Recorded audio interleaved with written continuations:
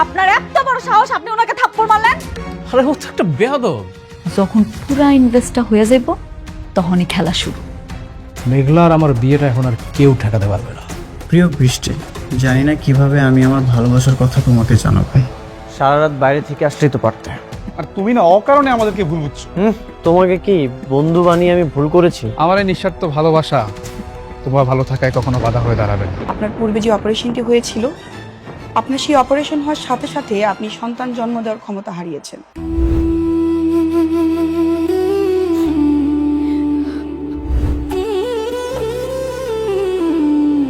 বৃষ্টি, মা অনেক ক্ষুধা পেয়েছে, চল একসাথে বসে খাবো, চল।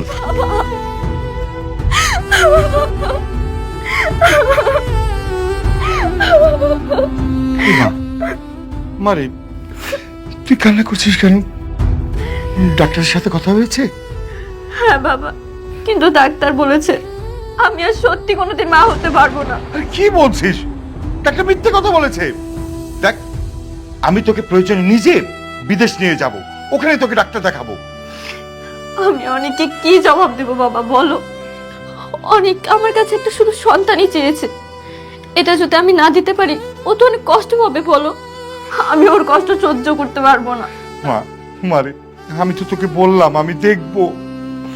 আর জানিস বাপ, আল্লাহ অনেক মহান, আল্লাহ নিশ্চয়ই তোকে এত কঠিন শাস্তি দেবে না। নামাজ পড়, মন থেকে আল্লাহর কাছে দোয়া চাপ, আল্লাহ আমাদের সব বিপদ থেকে রক্ষা করবে।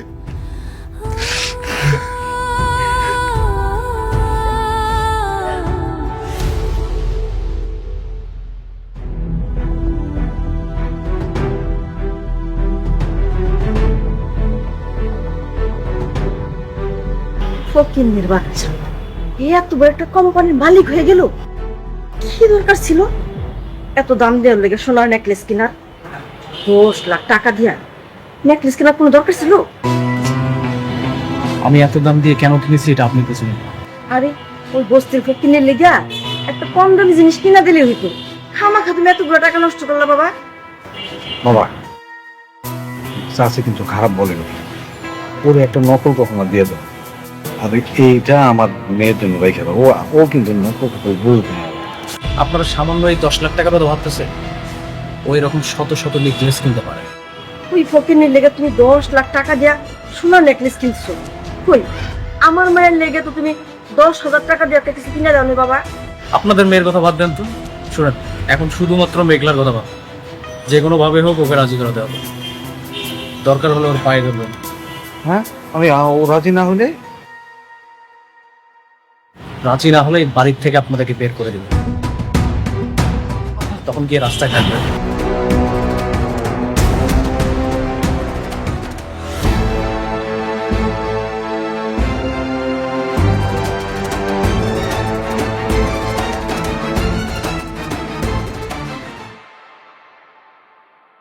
কি ব্যাপার আপনি?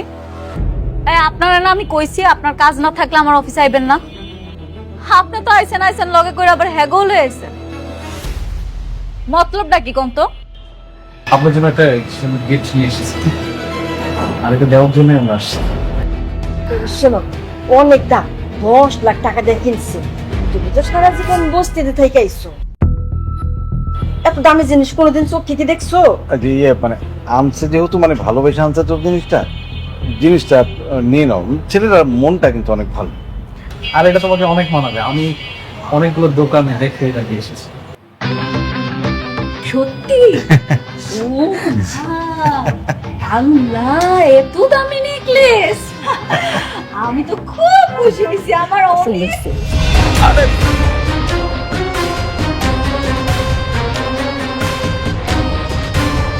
হায় হায়, আপনারা কি ভাবছেন আমার স্বর্ণের জিনিস দিবেন আর হাত করে ফালাইবেন? আপনি আমার স্বর্ণের জিনিস কিনা দিলে আমি আপনার বিয়া করতে রাজি হইতাম?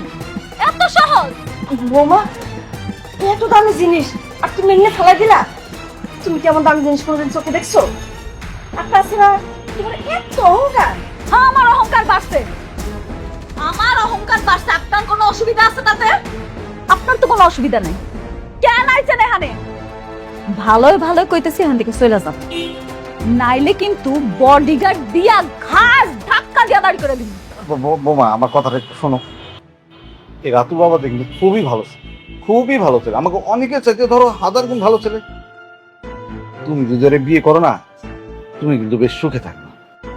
আর তোর যে অনেক ও তো তোমাকে বেইমানি করছে, দ্বিতীয় বিয়া কইরা বউলে ফুর্তি করতেছে। তুমি রাতুলে বিয়ে করো, রাতুল অনেক ভালো ছেলে, দেখবা তুমি রাজ রানীর মতো থাকবা।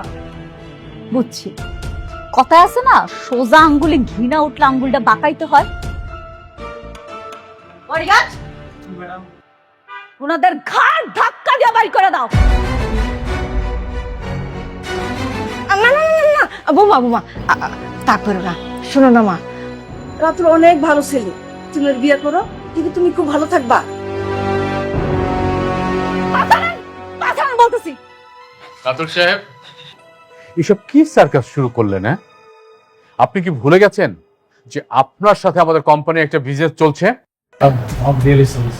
এই আঙ্কেল আন্টি সিকিউরিটি, ওদেরকে খাট ধাক্কা দেবে একটু দেখেন দিকে। যাইছি যাইছি।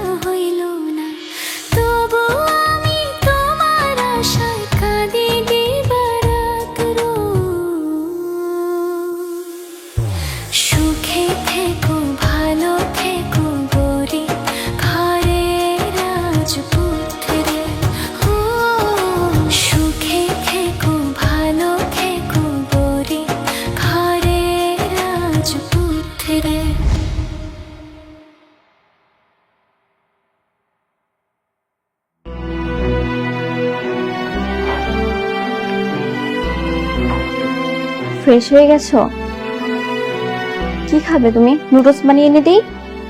বৃষ্টি, বসো এখানে।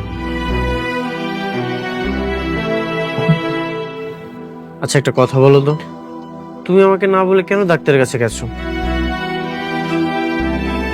আমাকে বললেই তো আমি তোমাকে নিয়ে যেতাম। ভেবেছিলাম তুমি ব্যস্ত, এজন্য বলিনি। বৃষ্টি, এমন চিন্তা আপনার কখনোই করবে না। আমার আবার কিসের ব্যস্ততা? আমার যত ব্যস্ততা আছে সবকিছু তোমাকে নিয়ে। ঠিক আছে, আর কোথাও তোমাকে না বলে যাব না। চলো না, ডাক্তার তো নিশ্চয়ই বলেছে তুমি এখন মা হতে পারবে। যদি আমাদের সন্তান হয়, তখন সন্তানের নামটা তোমার নামের সাথে মিলিয়ে রাখবো। কেমন হবে বৃষ্টি? তুমি খুশি তো? হ্যাঁ, খুশি।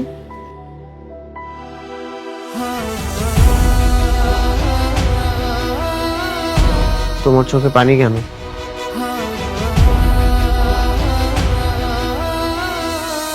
কই, এটা তো খুশির পানি। বৃষ্টি, হ্যাঁ বাবা। আসবো? হ্যাঁ, আসো। বৃষ্টি, ও তুমি, হ্যাঁ তুমি অফিস থেকে কখন আসলে? এই তো কিছুক্ষণ হবে। আচ্ছা শুনো, আজকে রাতে আমার একটা প্রোগ্রাম আছে। কিসের প্রোগ্রাম বাবা? ওই যে আমাদের সবচেয়ে বড় প্রজেক্টটা আছে না, তার মালিক আনিসুর চৌধুরী, তার মেয়ের এঙ্গেজমেন্ট, আমাদের সবাইকে দাওয়াত দিয়েছে। বৃষ্টি, তুইও রেডি থাকিস, আমরা সবাই মিলে প্রোগ্রামে যাব। ওকে?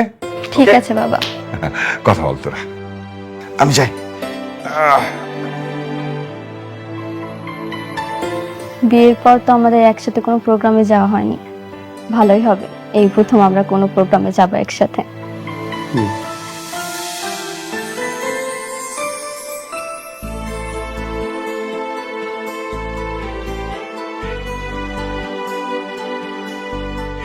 কিরে মা, কি করতেছস? কিছু না আব্বা, কয়টা ছবি দেখতেছিলাম। ও ভালো।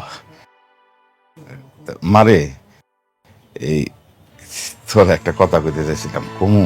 হ আব্বা, কও কি কথা? না হয়েছে কি,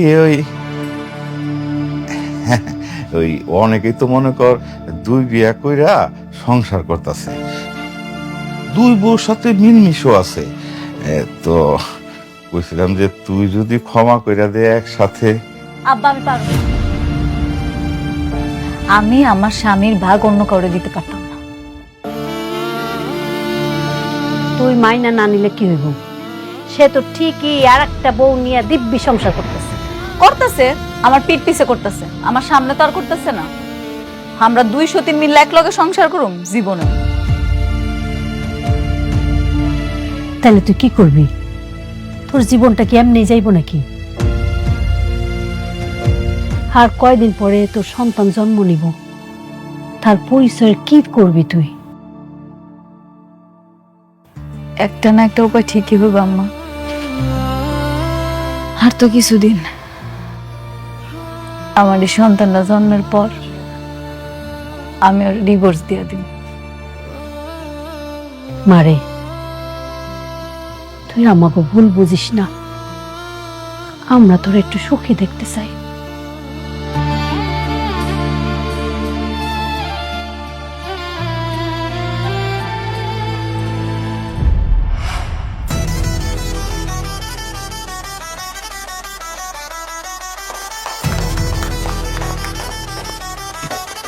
হ্যালো রকি সাহেব, আসুন আসুন। আসসালামু আলাইকুম। ওয়ালাইকুম। কেমন আছেন আপনি? ভালো, আপনার আসাতে আরো অনেক খুশি হলাম।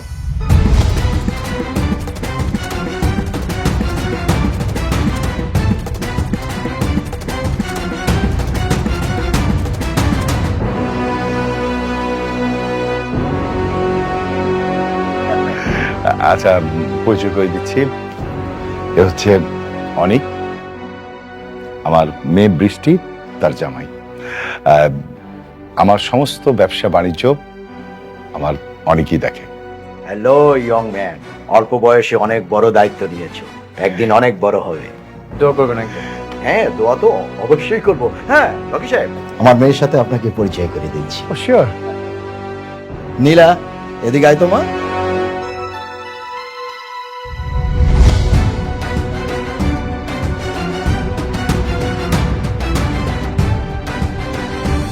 বাবা, হ্যাঁ। তুমি ওকে চিনো? ওকে ইনভাইট করছো তুমি?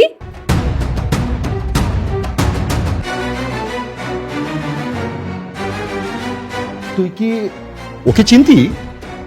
হ্যাঁ, খুব ভালো করে চিনি। তোমাকে বলেছিলাম না, আমার জন্মদিনের সময় একটা ছেলে আমাকে থাপ্পড় মেরেছিল, এটাই সেই ছেলে। ওয়াইসি, এই সেই ছেলে? হ্যাঁ বাবা, একটা বস্তির মেয়ের জন্য আমার গায়ে থাপ্পড় মারে আর সেই দিনের জন্মদিনটা মাটি করে দেয়। আমি কত রাত সেই অপমানের কারণে ঘুমাতে পারিনি। রকি সাহেব, আমার মেয়ে আপনার মেয়ের জামাই সম্বন্ধে এসব কি বলছে? অনেক, উনি যা বলছেন তা কি সত্য? হ্যাঁ বাবা, যা বলছে সবই সত্য। এটা একটা মিসআন্ডারস্ট্যান্ডিং ছিল, তবে মিস্টেকটা মিস নীলারই ছিল। চুপ করো বেয়াদব! একটা ফকিন্নি বস্তির মেয়ের জন্য তুমি আমার গায়ে হাত তুলছো, আমাকে অপমান করছো। কিন্তু নীলা রকি সাহেবের মেয়ে। না বাবা, ওই মেয়ে বস্তিতে থাকে, ফকিন্নি।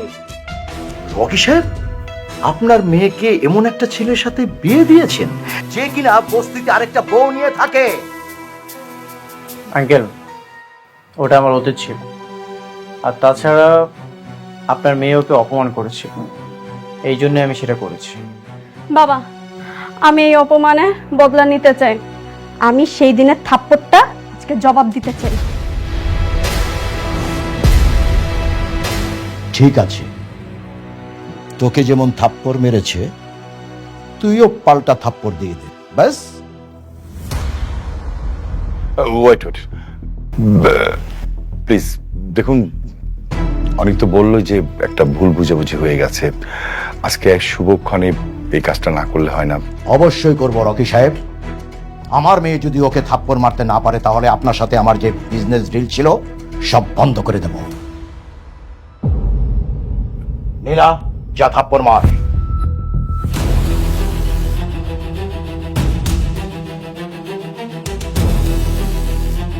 হাত ছাড়ো আমার।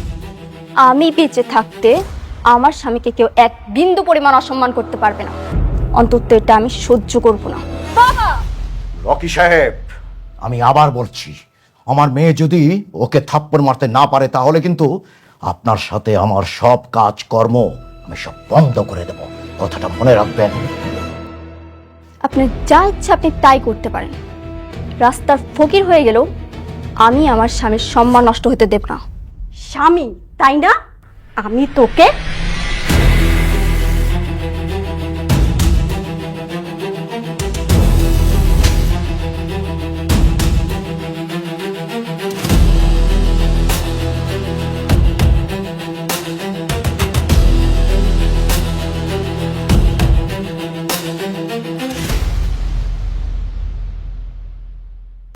বিজনেস বিজনেসের জায়গায়, আর আত্মসম্মান আত্মসম্মানের জায়গায়। আপনারা আমাদেরকে এখানে ইনভাইট করেছেন, আর ইনভাইট করে এনে আমাদেরকে অপমান না করলেও পারতেন। বৃষ্টি, চলো। দেখুন, আমি তো আপনাকে বলেছিলাম যে ছোটখাটো বিষয় নিয়ে এই ঝামেলাটা না করলেই পারতেন, শুনেন নাই। আসি, আসসালামু আলাইকুম।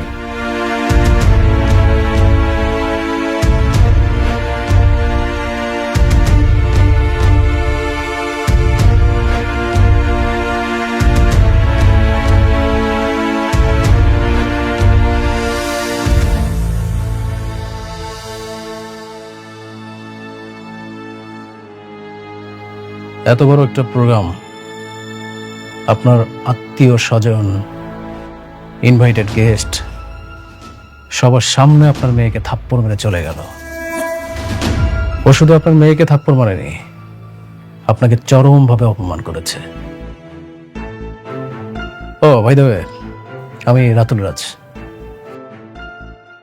রাতুল, আমি তোমার সম্বন্ধে সব খোঁজ খবর নিয়েছি। তুমি শালিমা গ্রুপ ইন্ডাস্ট্রিজে ভালোই কাজ করছো। আচ্ছা রাতুল, আমি যদি তোমাকে কাজ দিই তুমি কি কাজ করবে? কোর্স অবশ্যই করব। তাহলে ওই ছোট লোকের বাচ্চাকে যেই কাজটা দিয়েছিলাম সেই কাজটা আমি তোমাকে দিতে চাই। কিন্তু ওরা তো এমনিতেই শালিমা গ্রুপের কাজ না পেয়ে অনেক চাপে আছে, এখন তো ওদের অনেক সমস্যা হবে। আমি চাই ওরা পথের ফকির হয়ে যাক। বাবা, আমিও চাই ওরা পথের ফকির হোক। বাবা please. You're right, clever girl, ও ঠিক বলেছে। তাহলে ডেল। ঠিক।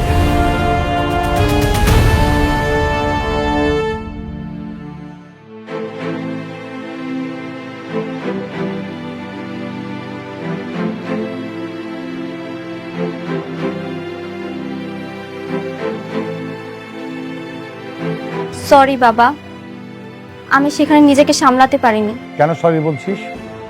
তুই যে কাজটা করেছিস একদম ঠিক কাজ করেছিস। শোন মা, মানুষের জীবনে টাকা পয়সার চেয়ে সম্মানটা গুরুত্বপূর্ণ। বাবা, আমি ভাবছি উনি হয়তো আমাদের প্রজেক্টগুলো বন্ধ করার চেষ্টা করবে। পারবে না, অলরেডি 60% কাজ ডান। ওরা আমাদের প্রজেক্ট বন্ধ করতে পারবে না। স্যার, একটা খারাপ খবর আছে। কি খবর? আনিস চৌধুরী আমাদের সকল প্রজেক্ট বাতিল করার নোটিশ দিচ্ছে। কেন, কি হয়েছে? স্যার স্যার যদি সত্যি সত্যি প্রজেক্ট বাতিল হয় তাহলে তো আমাদের অনেক বড় একটা লস হয়ে যাবে। কেন বাতিল করেছে? কি লজিক দেখে বাতিল করেছে? সাইডে একজন অ্যাক্সিডেন্ট করে মারা গেছে, এটাই তার কারণ হিসেবে উল্লেখ করা ছিল। তারা এটাও বলেছে আমাদের কাজের মান ভালো নেই, আর ইত্যাদি বেশ কিছু কারণ দেখিয়ে তারা প্রজেক্ট বাতিল করেছে।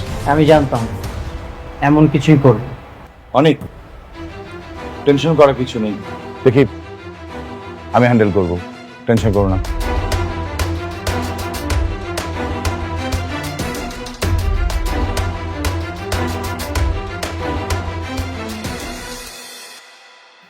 না, আমাদের ফকির হলে চলবে না, যেভাবে হোক আমাদের একটা উপায় খুঁজে বের করতে হবে। কিন্তু কি করবো বাবা, আমি তো ভাবতেই পারছি না। আপনি এতটা নড়বড়ে চুক্তি করেছেন, আমাদের পজিশন তো খুব ভালো ছিল, আমরা এটাকে খুব ইজিলি সলভ করতে পারতাম। হ্যাঁ, সেটাই আমার জীবনে চরম ভুল ছিল। আচ্ছা অনিক, বাবা তোমাকে একটা কাজ করতে হবে। কি কাজ বাবা? না মানে আমি শুনলাম যে সালিমা বিল্ডার্স কিছু নতুন প্রজেক্ট ক্লায়েন্ট থেকে দেবে, তো তুমি ওখানে গিয়ে যদি প্রজেক্ট বের করে আনতে পারো তাহলে এই প্রজেক্টগুলো দেখিয়ে আমি ব্যাংক থেকে লোন নিতে পারবো। এই বিষয়টা অবশ্য আমি বৃষ্টি জানবে না, আমি বৃষ্টিকে বলবো না।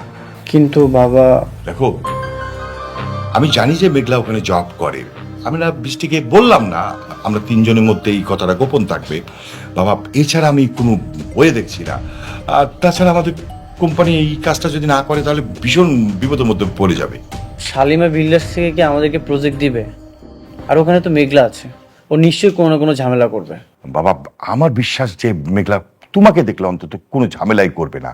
তুমি যদি মেঘলাকে বুঝিয়ে বলতে পারো, আই হোপ যে ও রাজি হবে। কিন্তু বাবা খবরদার গরম মাথায় বলা যাবে না, খুব ঠান্ডা ভাবে বলতে হবে।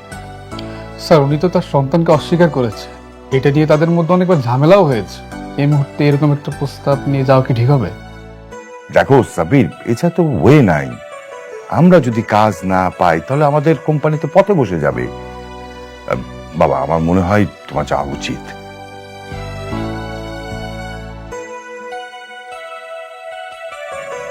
ঠিক আছে বাবা, আমি যাব। হ্যাঁ আচ্ছা ঠিক আছে, অনেক আমার একটু কাজ আছে, আমি গেলাম। যত তাড়াতাড়ি পারো তুমি এটা হ্যান্ডেল করো। হ্যাঁ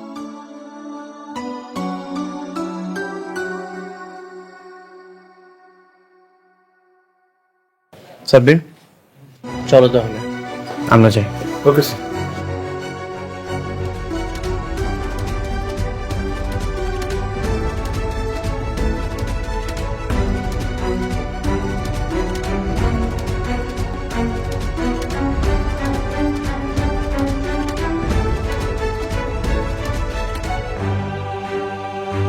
ভিতরে যাওয়া যাবে?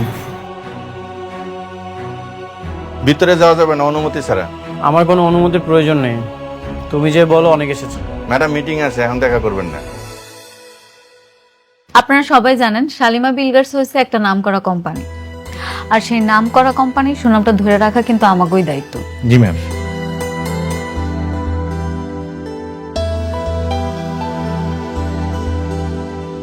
তুমি যে বলো অনেক এসেছে তাহলেই হবে। আচ্ছা দেখতেছি। রফিক সাহেব, জি বলুন। শালিমা বিল্ডার্স এর প্রথম শর্তটা হচ্ছে কোয়ালিটি ফার্স্ট। অবশ্যই। আপনাকে অবশ্যই, শুধু আপনাকে না সবাইকে বলছি যে অবশ্যই আপনাকে ইট এবং সিমেন্ট বালুটা ভালো দিতে ম্যাডাম হবে। একজন লোক আসছে আপনার সাথে দেখা করতে। কি ব্যাপার, আপনি মিটিং মধ্যে চলে আসলেন? আপনি দেখতেছেন এখানে একটা মিটিং চলতেছে। স্যার ওনাকে বলছি, ওনার শুনতেছেন, ওনার নাসর বান্দা। যান ওনাকে ঘাট ধাক্কা দিয়ে বের করে দিন। ঠিক আছে স্যার, ওকে। হ্যাঁ, কি যেন বলছিলেন রমজান সাহেব?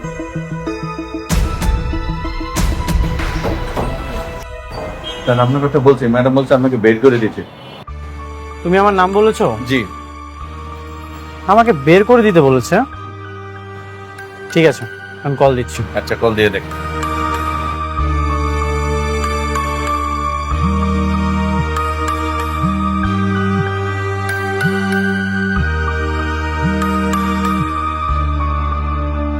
Excuse me.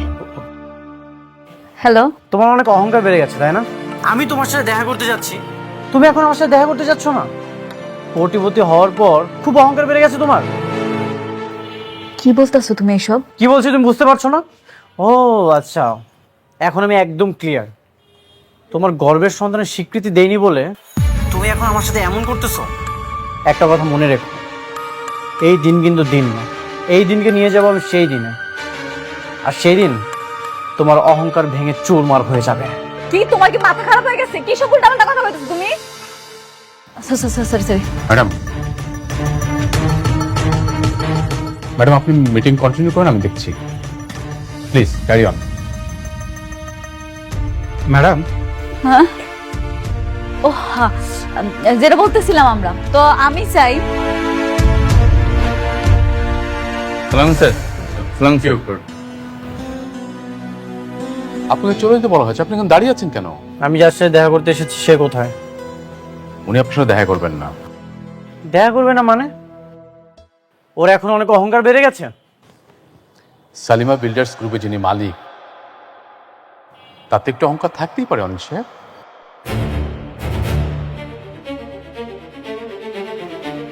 মালিক? মেঘলা শালিমা বিল্ডার্সের মালিক? কিন্তু মেঘলা তো গরিব, বস্তিতে। ওনারা হচ্ছেন ম্যাডামের পালিত বাবা মা। ম্যাডামের আসল পরিচয় হচ্ছে তিনি এই বিশাল কোম্পানির মালিক।